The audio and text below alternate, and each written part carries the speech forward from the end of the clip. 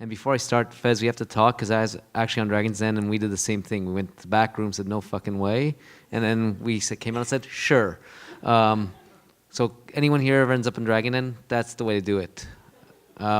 Basically, today I thought I'd share some lessons. I've been around tech for 20 years, so maybe give a bit more of a background of who I am and why I'm up here talking. Is I've been working for 20 years somehow now, and I've done 3 different types of paths in my career. The first one is I took a traditional path. I worked out at investment banking doing tech M&A. I was a consultant at McKinsey, so that's why I learned to tell everything in threes, and you'll see everything tonight's in groups of threes. Worked at McGill, went to school in McGill and Wharton. After that, somewhere where I decided to do tech path. I've put up my 2 winners. I've worked at many startups in the Valley, New York, and London. Most of them have failed and no longer exist. Happened to work at a company called Simply Business, which will come up later on. I was an early employee that had a $500 million exit, and then I started HomeSab, which was on Dragon's Den, and had an exit.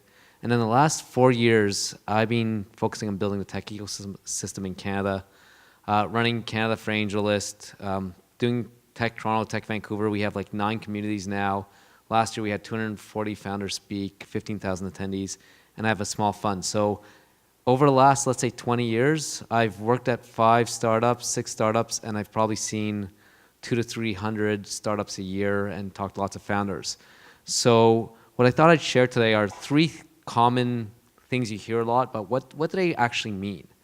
So the first one you probably hear a lot is create more value than you capture. And I think this is essential for every company I've seen succeed. And what does this, it sounds so simple, and what does this really mean? So HomeSav, one of the companies I founded, was an e-commerce business. It sold home decor and furniture. So most people think, okay, that just means sell furniture cheaper. And that is actually creating more value than you capture. But what we found, and when you look at successful e-commerce companies or any successful company, they build a whole stream of additional value that represents their customer. So we got to know our customer. Our customer was a 30 to 45-year-old woman who was either buying her first or second house or apartment somewhere in Canada, maybe in the States later on. And what they wanted, if they knew what they wanted to buy, they'd go find and get it as cheap as possible. So you couldn't create much additional value. But most of these women didn't know what they wanted to buy. They wanted to get the confidence. They wanted to know what was out there. So we created a bunch of different tools for them. We had a blog, which had a bunch of articles every day. We had a bunch of curators. So we had we partnered with Style at Home and National Post, which would have the editors come say, here's the trends, here's what are important. We made it easy for them to share their products they were looking at with their friends and family and get feedback. And this was all creating value. This actually created entertainment. This created knowledge. And we didn't try to monetize that. We tried to monetize it by selling a product at an affordable price. So we captured a lot less value than we created. On the same side with the manufacturers, we were small when we started up. Like everyone else, you start small, you don't have lots of volume, but we went there and asked for the best price. But why they gave that to us is not because we were selling their goods, but because what we said, in exchange for giving us the best price and the products we think we want, we'll give you a bunch of free additional information. So lots of the manufacturers actually would test new product colors with us. We tell them which products sold. We tell them which products were clicked on but not purchased. We tell them which postcodes or zip codes where the products were selling at. This was all valuable information that they could go turn around and use for their traditional channels or for advertising campaigns, and we didn't try to monetize that. So but in exchange we got was a great products at a cost-effective ability to compete with companies like much bigger than us. Second lesson, something else you'll always hear: find your North Star. Find that one metric that really drives your business. First thing I'll say about that is every company has a different metric. At Simply Business, which sold for $500 million, it was basically an insurance tech company. So the metric we used was the value of the policies underwritten every month. And very simple, sounds very important, but why is it important? What's the real meaning behind it? Well, it's because underneath that one metric, you had about 20 other metrics. So you can break any metric down into sub-metrics. So, this is a simple McKinsey-esque type example here.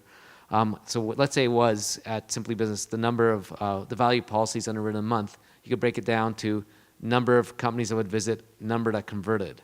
And then under converted, there could be converted because you had the right products, and converted because the experience was good.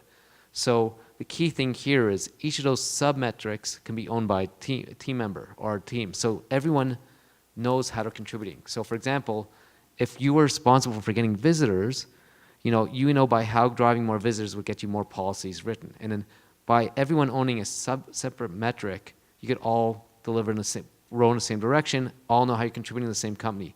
I see this right now at AngelList. I run Canada. I know what our main metric is. I know what the sub-metrics I can affect, and I basically operate Canada with very little oversight. Kind of scary, but I know how to be an adult, and I know how I'm contributing to the main metric. So the main metric is important because it tells you if you're succeeding overall, but allows your team to understand what they're working on, how to prioritize what they're working on, what their contribution drives towards the success. The final tip I have is one that's near and dear to me because, that didn't come out, that's spelled wrong. All marketing channels have diseconomies of scale. Every time I meet a startup, they say, okay, I found this one channel, I don't have to market a lot, I can just concentrate on this, and it's gonna pay off. In reality, I see it everywhere, and everyone makes the same mistake. With this organization, we started Tech Toronto, and we basically drove attendance off Meetup. A year in, we grew from 0 to like 400 attendees. We had 10,000 Meetup members. And I went to New York, just pinged the founders of Meetup, met up with them, and they go, you are fastest growing Meetup of all time. You have the most attendees we've ever seen. And you should be very proud of that. I came back from that meeting and go, shit. I'm totally relying on something which sounds like I'm about to cap out. So if I want to have to reach a community like I need to diversify. The reason what happens with any one channel is if you understand your members and you're delivering value, you'll get all the easy users quickly, and you'll think you can grow forever, but eventually you'll get all the people that are on that channel that want to speak to you, and it'll get harder and harder. So what I've learned here is, as a startup, when I'm looking at investing, where I'm working at, always be investing in a portfolio of channels. Because every channel dries up. If you're relying on Facebook can turn around tomorrow and say, hey, we're not going to give you distribution anymore. We only care about you talking to other people because, we can get you to pay to monetize. So every company I'm involved in right now, I want to see the main driver of traffic and customers.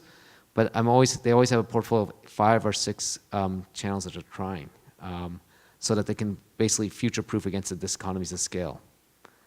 So those are my 3 tips. I really appreciate your attention, and I'm happy to answer any questions.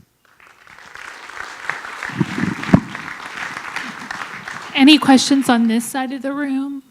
Throw your hands up. Wave them like you just don't. There's one up there. Oh, there is? It's hard Do you to mind see coming with these down? lights. Sorry, I'm serious about this knee. Thank you.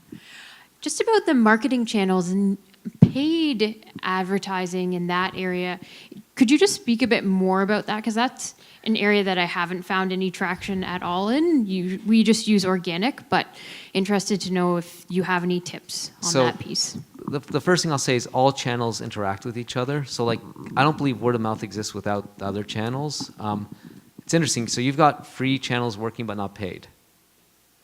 That's usually the other way around. So what I would do is I would look at what's working in free and see what the closest proxies are. So what I mean by that is if you're writing blogs and those are resonating, I'd see where are your I do a couple things. I'd see what paid channel is targeting the same people you're targeting, but also where similar types of blogs are being written by. It's hard to say without knowing your company. But so what I always say is look for the adjacent or similar types of channels. So for example, if Pinterest was working for you, I'd go look at House. I'd go look at where Honeybook's advertising.